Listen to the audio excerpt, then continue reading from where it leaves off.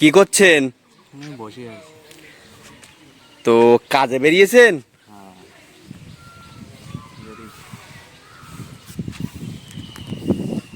বাড়ি কোথায়? হরিপুর। হরিপুর। তো তোমার এই এটা মানে জন্মের থেকে এরকম? জন্ম থেকে, ছোটবেলা। ছোটবেলার থেকে? বিয়ে করেছো? না, বিয়ে শাদী হয়নি না? না। বাড়িতে কে কে আছে, কে কে? বাবা আছে, মা আছে, আর কেউ নেই। আর আমি আর বুঝতে পেরেছি?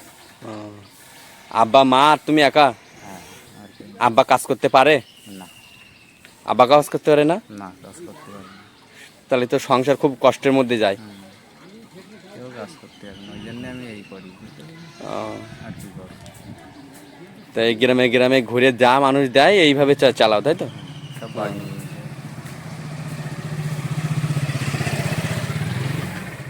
রোজায় আসো? আলহামদুলিল্লাহ।